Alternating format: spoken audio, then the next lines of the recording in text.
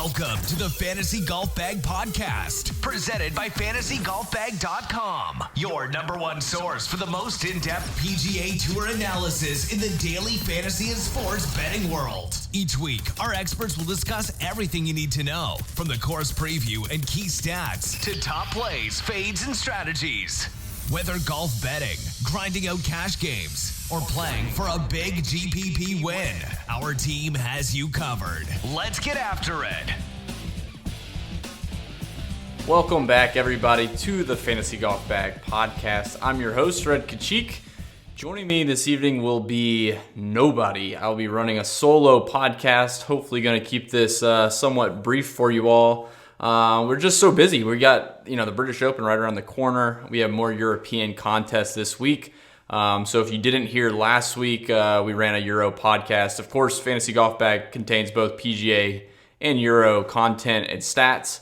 So Axis and Skylar will be recording a Euro podcast here shortly. That'll be available for the Scottish Open this week. Jacob's off. We're actually working a couple projects trying to get these new tools updated in time for the British Open. So definitely stay tuned. Of course, we got the showdown model, the stat model. We're revamping a couple of these to make this, more of a one-stop shop. So we're pretty excited to roll these out. Just trying to take it, into an extra gear this week, getting everything ready for next week for the big Millie Maker and our final major of the year. So I'll be running this solo. I think I can give you guys enough good information to kind of get you on your way. I know most people, kind of dive in early on Monday. They get a feel for the golf course. Then as pricing comes out and odds, they try to, navigate the field a little bit. So I'll do my best to try to summarize my thoughts on the golf course, how I'm approaching this week. Obviously, the pricing is somewhat jacked up with the guys, these young studs that have been playing great. It's a weaker field, so now they're all of a sudden elevated over 10K. So it's really interesting in terms of lineup construction. But first off, let me go ahead and through some housekeeping notes. Otherwise, the other guys will be upset with me. We are running 2 listener leagues this week, so you can find the description in each podcast description. You can find the link in each podcast description. Whether you're watching on YouTube, on Spotify, iTunes, Google, wherever. If you're listening to the PGA podcast, which is what I'm recording right now, you can find the PGA Listener League. If you're listening to, hopefully you're listening to the Euro podcast next, you can find the European Listener League in that description as well. So you can play in both of those.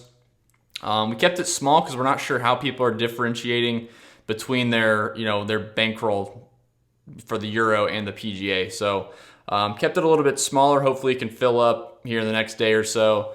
And hopefully we can just have some fun and kind of do some pre-research, I guess, for the British Open with the European guys, which is actually a really good field. I don't know if you've already looked at the European event this week. It looks like a PGA Tour event.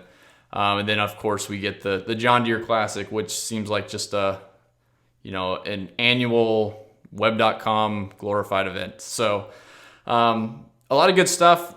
Again, we really appreciate you tuning into the podcast each week. If you could, leave us a rating and a review on iTunes. If you're on YouTube, a like, subscribe, comment, all that stuff always is good. And of course, you can tweet at us at Fantasy Golf Bag, myself at Redkacheek. So we'll go ahead and dive into the golf course. I don't think we had a ton to touch on last week, besides Matthew Wolff and, we got Colin Morikawa, Hovland, Bryson DeChambeau. It was a really good group of guys at the top of the leaderboard last week.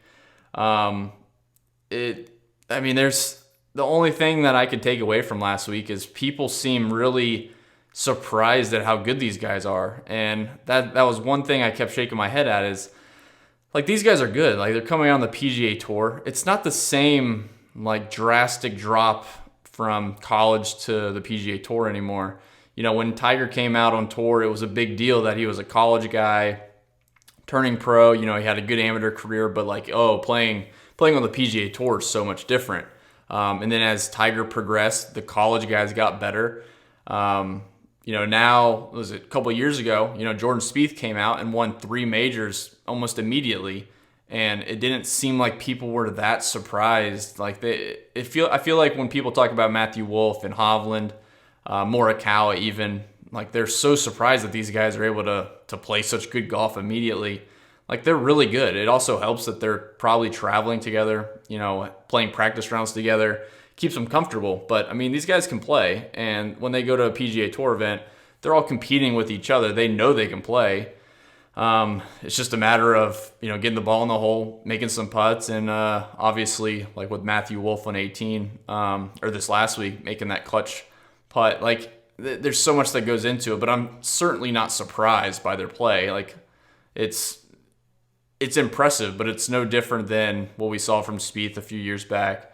A couple of really talented guys that have come out of college, but certainly this is the best class of guys that have turned pro all at once.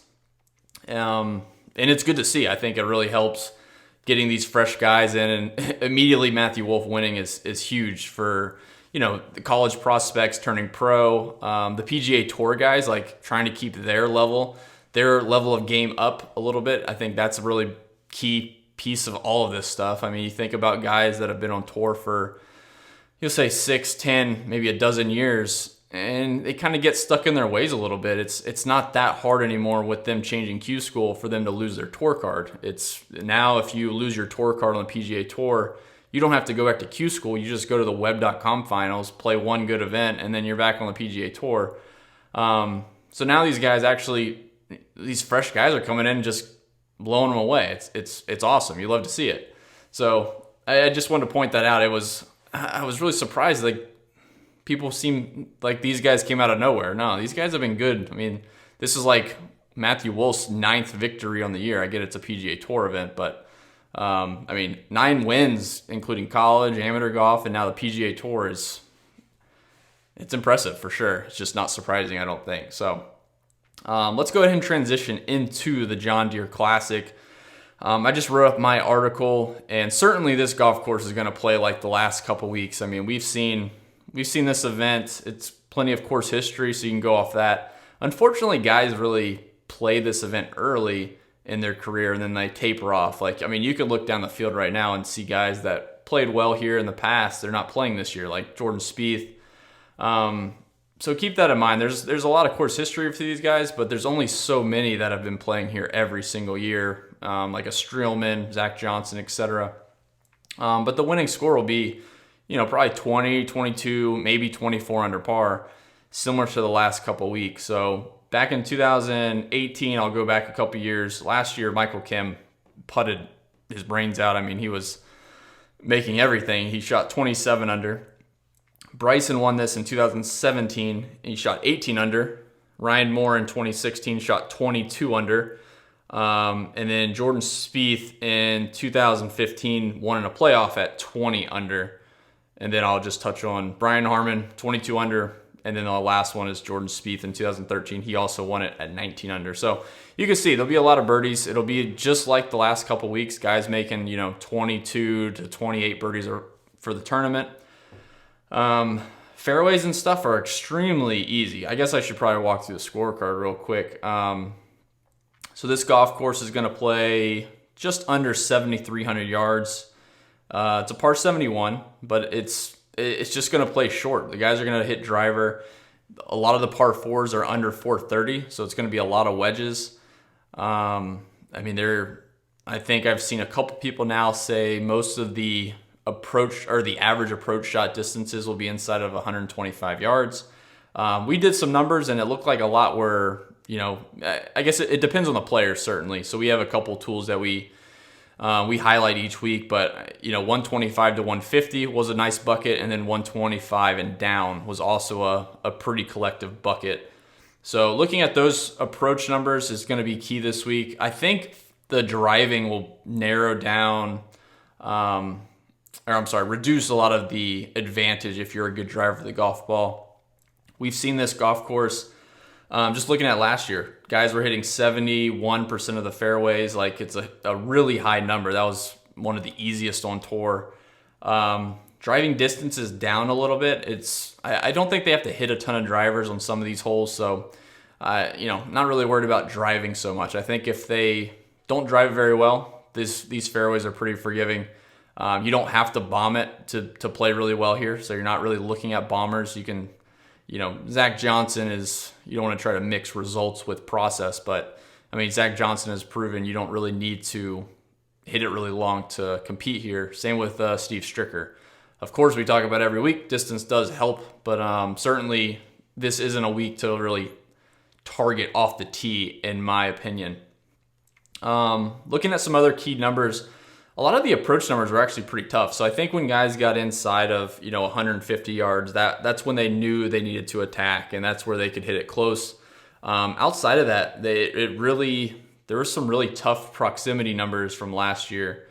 We'll look at green and regulation again. 72% last year was one of the easiest on tour, so just not a lot of trouble. I didn't look up scrambling. I don't really use scrambling so much, but again, scrambling was at 60%. Another one. It's kind of middle of the pack, easy-ish on tour last year. So easy golf course. I mean, it's not going to play very tough. It's going to be plenty of birdies.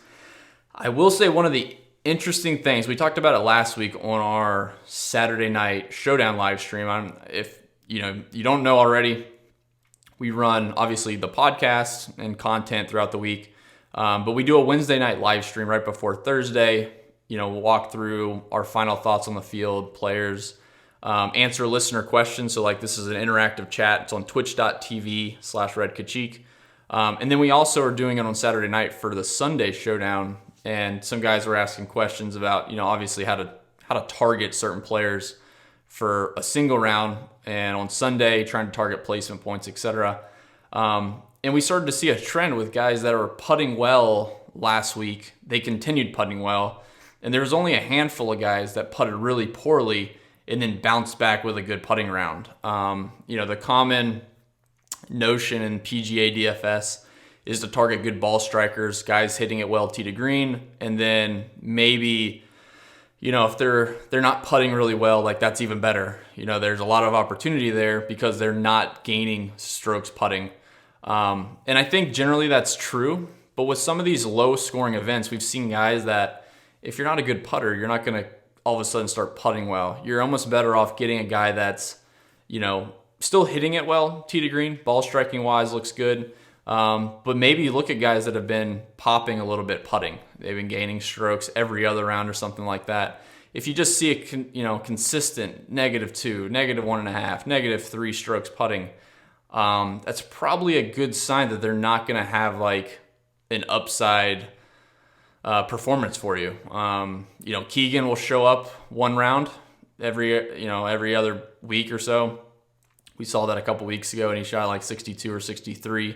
But then he faded. He couldn't keep that up, and it looks great on a Thursday screenshot, but it doesn't hold on. And again, if they're priced at a certain value, they're certainly easier to stomach paying for that. But in general, I think for this week, kind of my main point there was look for guys that have been putting decent coming into this week. Don't just focus on the ball striking. Looking around. Guys making birdies obviously kind of goes hand in hand with making putts. So looking at birdie or better is great. But, add in a little bit of putting into your model. It'll help weed out guys that are putting bad. You'll still weight the ball striking high enough that where you'll see those guys show up. But it definitely gives a little nudge down to guys that have been putting poorly and a little nudge up to guys that have been putting well over the last, we'll say 4 to 6 weeks. So overall for me, I'm really looking at strokes gained approach. I think off the tee is kind of off the table for me this week. Pardon the pun. It might not even be a pun. I don't know. So yeah, strokes gained approach. Green regulation, not so much this week. Looking at birdie or better. Like I said, strokes gained putting. I added a little bit this week just to see. And then we do the weighted proximity that we have at fantasygolfbag.com. So I'm using that as well, trying to get a feel for, especially in these last two events, seeing who's been hitting their irons really well. I know, we talked about Kyle Stanley a couple weeks ago. We brought up Svensson from last week, and all of a sudden this week he showed up, finished 15th. So those are some of the guys that we're trying to key in on after last week's performance, trying to get them on the uptick, I guess, continuing that good form into this week. So I think that pretty much covers it. I will say, with the way the pricing is, if you go look at the odds, it's really an interesting, we'll say, decision to be made. If you're a casual DFS player, then this probably doesn't even cross your mind. But there's enough people that play DFS and do sports betting that they'll think of ways to hedge. If they don't have exposure to a player, maybe they grab a top 5 or top 10 bet. So like, if they miss that ownership and they play really well, they still get something out of it. How much you can actually hedge using that strategy versus DFS where you're actually competing against other people, I don't know the numbers off the top of my head, but I will say this week, the top of the board is probably the longest odds we've seen from the most expensive players. Colin Morikawa and Victor Hovland are leading the way at 16-1. Lucas Glover and Matthew Wolff. Matthew Wolff obviously won last week. Lucas Glover, 20-1. I'm not really sure where that comes into play at all. His course history here is not the best.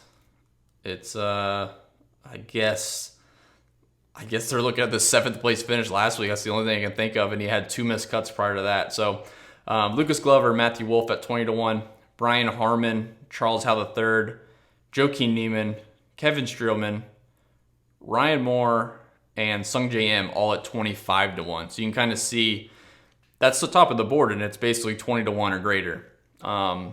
Most weeks it's going to be 7-1. We saw Brooks 7-1 last week. DJ, when he plays, is probably 9-1. These guys, this is the most expensive players, and they're basically 20-1 to win the tournament.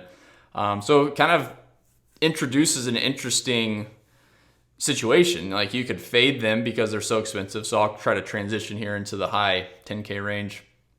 It gives you an opportunity to take a 20-1 on the favorites, which is still pretty long. Normally you're at, like I said, 9-1, 10-1. The salary constraints up there is not really that bad. There's no 12K player that really costs you a lot of salary. So, if you want to play Hovland, Morikawa, Wolff at 10-5, 10-7, 10-9, you can certainly do it, and it's not prohibiting you from building good lineups. But I think in a week like this, when we see these weaker fields, it certainly tends to cater towards building a bit of a different lineup. So it's not always starting with the top. It's not just building balance, but thinking outside. Is 40% of the ownership or 50% of the ownership going to go to those top 5 guys? If so, then if you skip them, you're cutting out a good chunk of ownership. And now you can start to kind of work the rest of your lineup. And then once we get to the low 7s, I got some good names to throw your way. But I think that's where you can really differentiate. And if you want to go different up top, that's totally fine. So for me, I think Hovland and Wolff is kind of off for me. I don't know what the ownership is going to be yet. I group these guys very similarly. We have similar sample sizes. The form has actually been the worst for Wolff outside of winning last week. Hovland has been the best. Morikawa is right there with him. So I would probably lean Morikawa over anybody. If we look back at his rounds from last week, I don't think he gained strokes putting until the last 2 rounds, and he gained 0.2 or something like that. It wasn't very much, and he just lost by 1 shot. So Morikawa is probably my favorite there at 10-7 if I had to pay up out of those 3. Joaquin Niemann is a terrific play, in my opinion, 10.2. He played here last year, finished 23rd. This was kind of the start of his good run, or it might have been right in the middle of his good run. Coming in with 5th place, 23rd place this week. Joaquin Niemann, I think, grades out really well. His iron numbers look good. Everything kind of checks a lot of boxes there.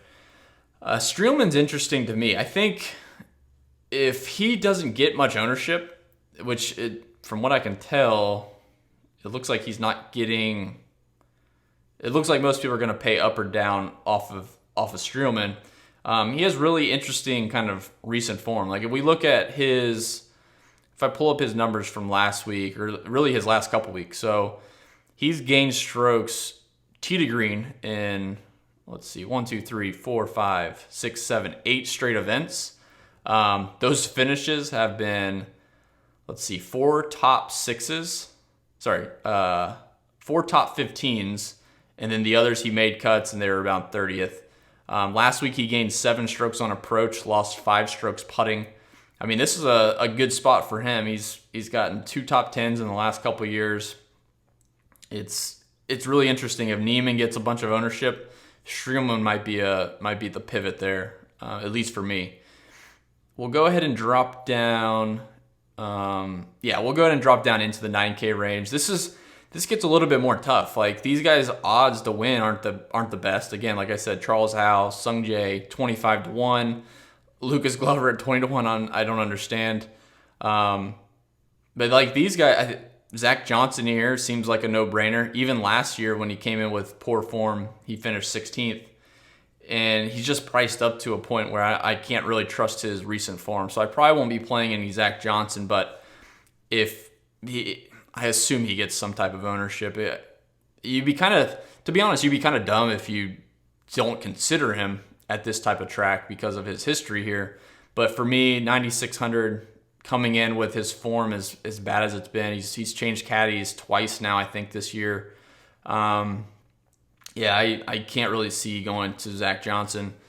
Charles Howell III is really interesting to me. He's had a 5th place finish here 6 years ago, something like that. He finished 19th here 2 years ago. Coming in with 3 straight made cuts, 23rd place finish last week. I don't mind it. 9,500 for him is probably one of the better prices I would see on anybody. And then 9,700 there for Sung J.M. I don't mind starting lineups with him. He's coming in with really good form. His irons dipped a little bit last week, which I think we saw the last 2 rounds at the Rocket Mortgage. But again, he picks up a lot off the tee. Around the green, he saves himself. His last 4 finishes on tour, 7th, 21st, 21st, and 15th. This is a golf course that's shorter. It should play shorter, which should feed right into his type of style. He's been gaining strokes. So talking about gaining strokes putting, the RBC Canadian Open, which I think had a mix of bent and POA, he gained 6 strokes putting. The Travelers, he gained 5.5 strokes. He lost just over a stroke putting at the Rocket Mortgage, and then he gained 2 strokes last week. So he's at least shown that he's been putting well. So, and I think early in the season, we were joking because he couldn't make like a 3-footer. I mean, he had the yips, it looked like. So I think Sung J.M. there is a good play at 9,700. Really, anybody up there is coming in with good form. That's why they're priced there. It's just a matter of where you can build your lineups, either starting with 1 or 2 of those guys and fill it out from there. Or if you want to skip, depending on how many lineups you're building, you could certainly skip the entire, 9. You could say 9 and 10K, to be honest. I mean, those guys, their win equity is really not that high. In most weeks, the win equity of 9K to, we'll say 12K, where normally DJ or Rory McIlroy are priced, I mean, you're going to be at like 60% win equity of those guys. You kind of have to get one of them in your lineup. Some weeks, guys will put 2 of them in your lineup. So this week, I don't feel like that's the case. I'm trying to pick my spots the best I can. Most likely, when I build lineups, I'll build from the bottom up and then see what salary I have left over. But yeah, those are kind of my main targets there, I guess. Sung Jae, Charles Howell, Streelman, Neiman, and Morikawa would be my favorite of those kind of stud 3 for right now. I still don't love it. I mean, 10-7 is expensive. He's had some good finishes, but he's not really proven anything in the longer term. But yeah, those are definitely my favorite guys in the 9K to 10K. So let's move along down. Or I'm sorry, let's talk about one more real quick. 2 more. Ryan Moore at 9,200. He's a guy that we talked about last week, or actually 2 weeks ago. We brought up him and Charlie Hoffman. They were kind of falling into the same categories when we looked at our weighted proximity stats. And then he missed the cut at I think it was the Rocket Mortgage. Let's see. I think it was the Rocket Mortgage. Yeah, so the Rocket Mortgage, he missed the cut. We went back and reassessed his numbers because, you don't want to incorporate recency bias for not playing someone just because they missed the cut. But his irons had dropped. Looking at him again last week, he missed the cut. We kind of brought that up on our show. He did lose more strokes putting. His irons kind of came back. So he's an interesting bounce back. I don't think I can pay for it. I just don't see it's worth it this week. But he does have good course history. He won here, I think, he won here 3 years ago. So he does have that going for him. He did have a little bit of a bounce back last week with his irons, just lost strokes putting. So the only other one I wanted to touch on was Sam Burns. I think he'll be a very popular play this week. He's gone through, it looks like 12 made cuts in a row. His stats kind of fluctuate between off the tee. He's a pretty good driver of the golf ball, but he'll gain some strokes approach, then he'll lose some strokes approach. Pretty good finishes. 7th last week at 3M. He makes a ton of birdies. I like his chances a good bit this week. So at 9,100, he's one that, again, it's going to set up a lot like last week with all the birdies. He averages, let's see,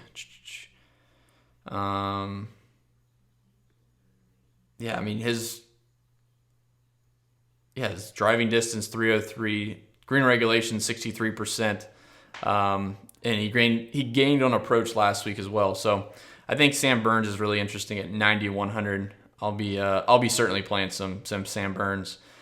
Wyndham Clark, I'm not really sold on yet. He's just so sporadic. I think people saw that last week. He does a lot with his putter.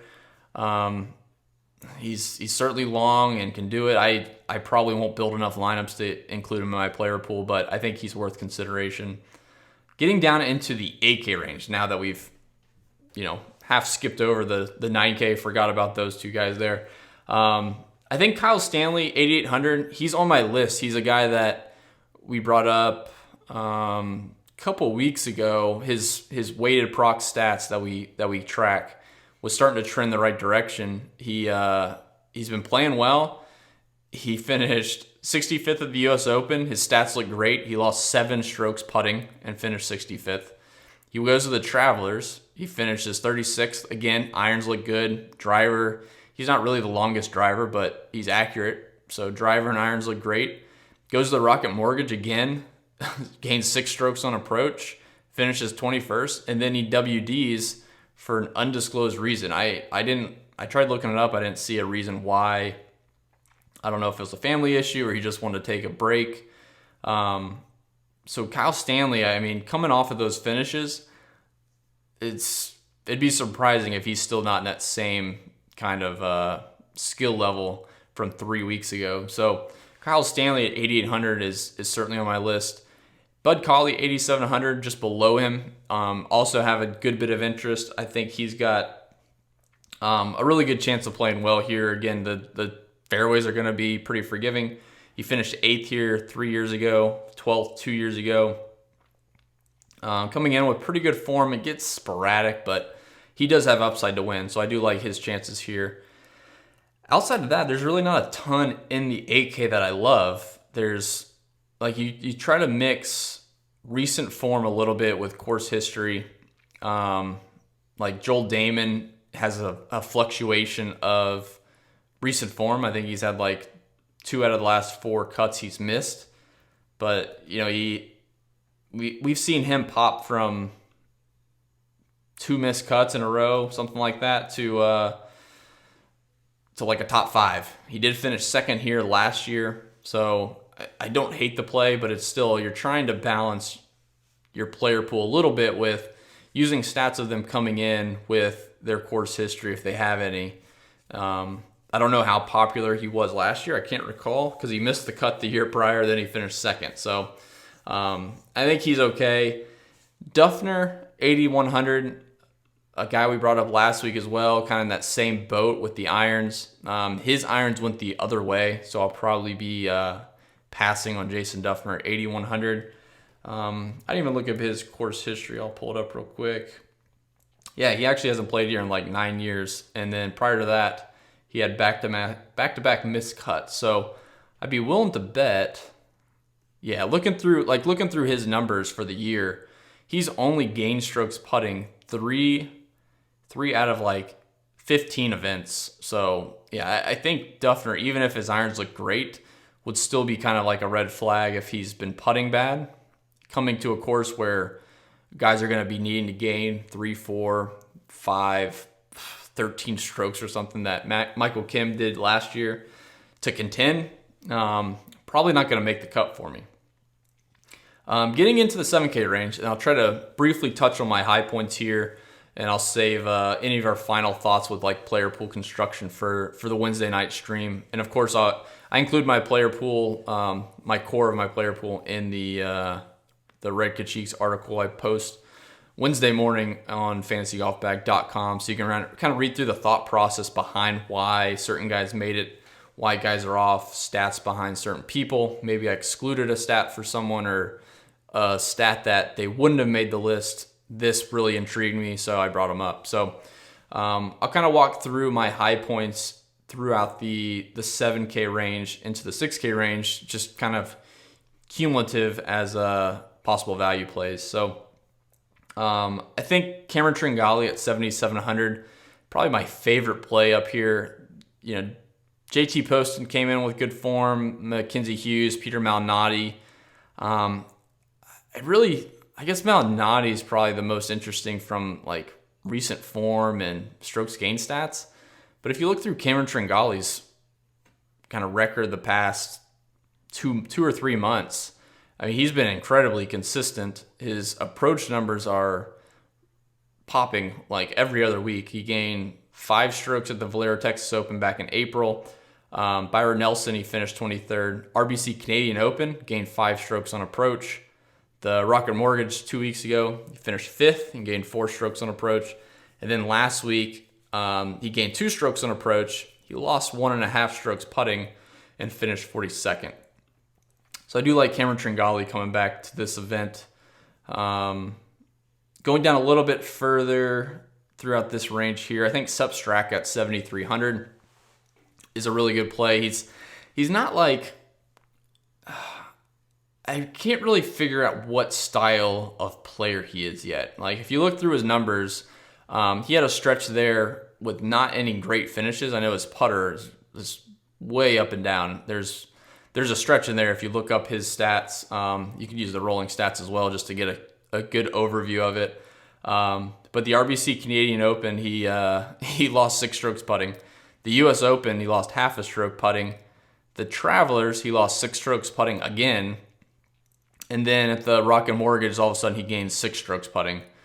And to wrap a bow around it, last week he lost 2.5 strokes putting. But he's gained strokes tee to green in, 8 straight events. Approach, he's gained in every single event except for last week. I think he's fine. 7,300 for him. A guy that, you know, if he gets the putter going, we've seen him pop for like at the Travelers, or was it the Rocket Mortgage. And he finished 11th there, gained over 5 strokes putting. Like, if you get one of those putting rounds from him on this golf course, then he can pay off 7,300 pretty easily. Sam Ryder, I skipped over at 7,500. Another guy that's coming back from injury. I think he finished 2nd last year here. Let me pull that up. Yeah, so he finished 2nd here last year. Coming in with pretty good form. Approach numbers look good. Off the tee is a little bit suspect, but kind of like I wrote up in my article, the off the tee doesn't seem like it's as predictive of a outcome for players. Like, if they're gaining a bunch of strokes off the tee, that's not going to be a big advantage this week on this golf course. If if they're losing a bunch of strokes off the tee, like who was that last year? Was it Wesley Bryan? All of a sudden couldn't hit on the map. I mean, you got to hit it somewhere in play, but if the guy's losing a little bit off the tee, like Sam Ryder, but gaining strokes on approach, I like that quite a bit. He's at 7,500. I think that's fine. Carlos Ortiz, 7,200. Another one, a guy that played, 3 and 4 years ago. I think he was a rookie on tour. He missed the cut both years, but he's coming in with 55th place finish at the Rocket Mortgage, 5th place at the 3M Open, gained 5.5 strokes last week, 3 strokes off the tee. Like, ball striking looked phenomenal last week. So I have no problems going back to Carlos Ortiz at 7,200. Roger Sloan just below him, 7,100. A guy that I'm not sure if he'll go. I hope he goes overlooked. I don't know if he will, but I hope he does. He's coming off a 21st place finish at the Rocket Mortgage, 15th at the 3M Open, gained 2 strokes and 5 strokes, tee to green respectively.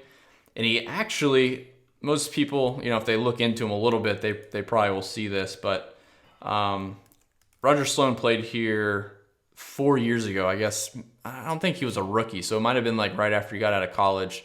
He got a sponsor invite. But he did finish 18th. So I saw that and was really intrigued by his form coming in and that he's already seen the golf course with a good finish. So Roger Sloan's a really interesting play for me. A couple others there kind of certainly worth considering. Johnson Wagner has really crazy course history. His form looks like straight garbage. I don't really understand. I think it looked like this last year too, and he's still every year for the last 5. He came in with, let's see. Yeah, his last 5 years playing here, he's finished 7th, 5th, miscut, 16th. He did finish 23rd last week, but he didn't really do it with his irons, stuff that I normally would look for. But it is worth noting. I mean, a guy with that type of course history, it's not the end-all be-all for sure, but a guy, he came in 23rd place finish last week, going to a place he likes. This could be a good week for Johnson Wagner. Doc Redman, I don't mind going back to. I know he was a big hit a couple weeks ago, fell off last week, but we look through his longer term form. He's solid. I think he's a great bounce back candidate if you want to throw him into your GPP pools. And then I'll give you 2 more, and then I'll get you guys out of here. Try to keep this podcast short and sweet. But Hank Lebioda at 7,100. Again, a guy that continues to be priced right at 6,900, 71, 7K on the dot. His approach numbers have been awesome. I mean, his last 4 events, he's gained 4 strokes, 1.5, 2, 4. 3 out of 4 made cuts his last 4 events. He's 7,100. That's what you want out of a value play, the consistency. And then if he can just get a little bit hot with the putter, I could certainly see him getting in contention. I like his upside too. That's one piece with some of these guys. You want a little bit of upside. I think in this low scoring event like this, you can maybe get trapped into thinking that some guy's a mate. He makes a lot of cuts, so that's a good play. But, I kind of want a guy that's going to pop and get me a top 15 at 7K. That would be nice. Not just, I'll make the cut and finish 30th. It doesn't really do much for my lineups and GPPs. So I do like looking a little bit deeper, looking for guys like, Hank Lebioda, where his numbers look good, but there's opportunity there for him to potentially go low and be in contention here. Adam Long, I'll probably touch on in my article. He's a guy that one of our stats keeps firing on. And I think this golf course, the fairways are going to be forgiving. His irons have been good. He missed the cut last week, I think, but yeah, he's one of the sneakier ones for me that I'll be playing until his numbers really go the opposite way. But yeah, one of our new stats that we're beginning to create some of these new ones has been putting a flag on him for the last 3 weeks. So I'm keeping an eye on him. And the last one I'll touch on, Mr. Adam Svensson, 6,700. Talked about him last week. If you look through his numbers, ball striking wise is one of the best on tour. I shouldn't say one of the best on tour. Every week, as far as stats go, he's probably at the top of your model. He's probably at the top of the rolling stats if you're doing any type of filtering. Tee to green is the guy hits a ton of greens. Off the tee looks good. He just can't putt. He hasn't gained strokes putting all year. He gained strokes in 1 event this year. Sorry, 2 events. The Sony, which was January 10th, and then the Farmers, January 24th. He gained 0.2 strokes and 1.4 strokes. Since then, he has lost probably cumulatively 24 or 26 putts for the entire year. Last week we played him. He lost 5 strokes putting, but he still finished 15th. So I'm not trying to chase a guy that's a bad putter, but his irons look good. But at 6,700, his irons have been this consistent. It's got to be pretty hard to lose 5 strokes putting again. So I do like Svensson this week. So 6,700. He's never played the event, so no course history to go off of. But yeah, Svensson I think is a very interesting play there. And of course, like, this is the type of week to get a little bit more creative. I mean, maybe last week, if you're creative with your player pool, this would be a week to even be more creative. You got guys down here that will have single digit ownership, not single digit, like literally 1-2% ownership. And they have opportunity to pop. I mean, we saw an Arjun Atwal, Sam Saunders, Justin Sue finally made a cut, not doing anything, but making putts. But still, there's a lot of guys, if you're going to build multiple lineups, to include in your player pool. We had a video we posted this week. I walked through how to build 150 lineups. So as people get ready for the British Open, obviously there'll be a big contest for that. But they have $1 contest, 25-cent, $3 birdie, $5 100K to first.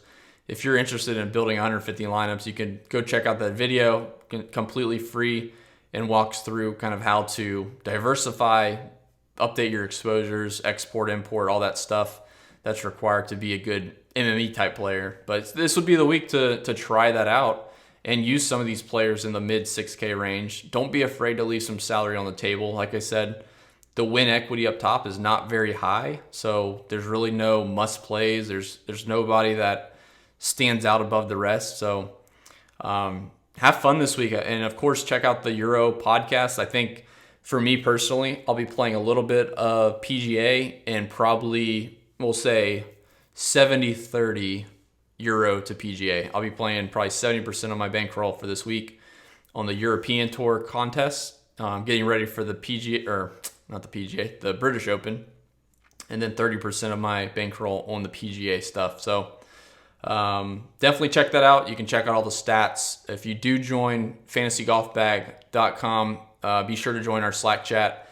That's where we answer all the questions up, as we go throughout the week. We can answer them. If you're running in our optimizer, someone else's optimizer, we can talk you through that as well. So again, guys, really appreciate you tuning in to the Fantasy Golf Bag podcast this week for the John Deere Classic. Hopefully this podcast was informative. I apologize for being solo this week, but I think you'll be happy once we get some of these tools rolled out.